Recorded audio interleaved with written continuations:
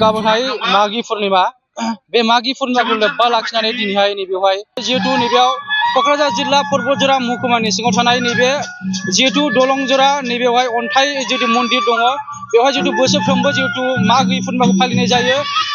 देग्लाय 101 जिहेतु बोसोरारि बे मागि पूर्णिमा फालिगोन बेखौ लोब्बा लाखिनानैनो नैबेवहाय दिनैहाय काजलगावनि नैबे स्टेडियामावहाय 1000निफ्रायबो बांसिन जिहेतु मोसाखावरि बिथांमोना नैबेवहाय कच राभा सोमजिरानि जिहेतु मोनसे गावसिनि जिहेतु मोसाखावरि बा ख्रिस्टि हान्जा बिथांमोना दिनैहाय मोसादों। नैबे समाव आंनि केमेरा पार्सन बिथाङा दिन्थिगासिनो दङ खोब रंगिना संगिनायै जिहेतु आसामजों लोगोसे वेस्ट बेंगल आरो गवालपारा जिल्लानिफ्रायबो नैबेवहाय मोसाखावरि बिथांमोना दिनै मोसाफैदों आरो खोब समायना रमायनायै जिहेतु 1000निफ्रायबो बांसिन मोसाखावरि बिथांमोना दिनै नैबेवहाय कच राभा सोमजिरानि मोनसे ख्रिस्टि हान्जा बेखौ बिथांमोना मोसागासिनो दङ। नंगौ नैबे क'क्राझार जिल्ला नैबे पर्बतजरा महकुमानि सिङाव थानाय काजलगावनि नैबे स्टेडियामावहाय नैबे मोसानायखौ दिन्थिफुंगासिनो दङ। जिहेतु गाबोनहाय मागि पूर्णिमा बे मागि पूर्णिमाखौ लोब्बा लाखिनानै गाबोनहाय जिहेतु दलंजरानि नैबे अन्थाइ मन्दिरावहाय जिहेतु मागि पूर्णिमाखौ जिहेतु गाजा गोमजायै फालिगोन।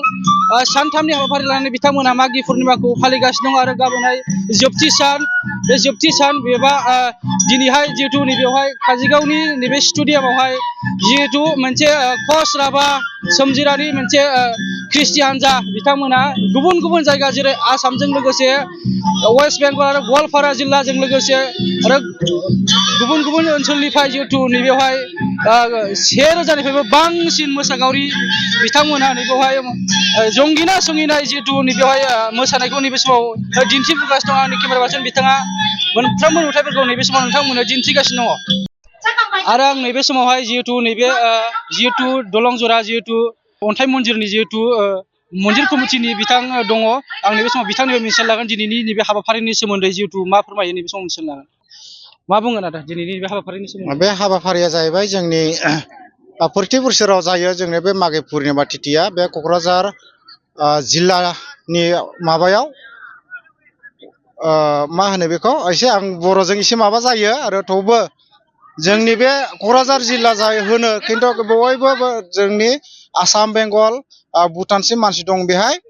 ओमफ्राय बे मोसानाया जाहैबाय जोंनि जेनेबा कालचार जोंनि ऋषिजक शिब सनातन धर्मजों माने ऋषिजक शिब सनातन धर्मया ओरैबायदि समाजनि नियम निति आरो जोंनि ऋषिजक शिब सनातननि नियम नितिजों एसे मिलायखायो। बेखायनो जोङो दिनैहाय जोंनि कालचारखौ जों बेहाय देखायनो नागिरदों बे स्टेडियामाव। बेसेबां मोसाखावरि बिथांमोना दिनैनि बे मोसानाय हाबाफारियाव बाहागो लादों? जोंनि आइटेमा दंखायोमोन 1000 जन दा 1000 जननि बारा दंखायो मानसिया। दा जोङो इसिबां माने जोङो रिसार्टखौ होनो हायाखै थेवबो जोङो बेहाय 1000 जनखौ जों लागोन आरो दिनैहाय। जितु गाबोननो मागि पूर्णिमा खुंफुंजागोन मा बुंगोन रायजो राजाखौ जितु बे फोरबोआव बाहागो लानो थाखाय?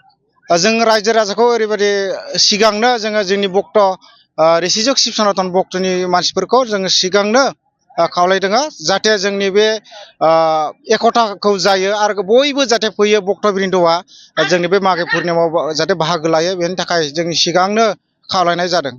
जे मोसानाय बाहागो लानाय मानसिफ्रा ओरैबायदि खुसि जादों आरो जाहाथे आंबो मोसानो हायो मोनो ओरैबायदि दा जोङो बयखौबो खावलायदों खिन्थु दा जोङो एसे माबा जादों सोरखौबा दा बाहागो लानो बेयाव सफैनो मोनाखैसै। दा टाइमा एसे जोङो 9टा 10टा टाइमाव होदोंमोन दा एसे टाइमखौ बारा जाबाय दा जोङो जिखौ दङ बेखौ जों हरगोन आरो।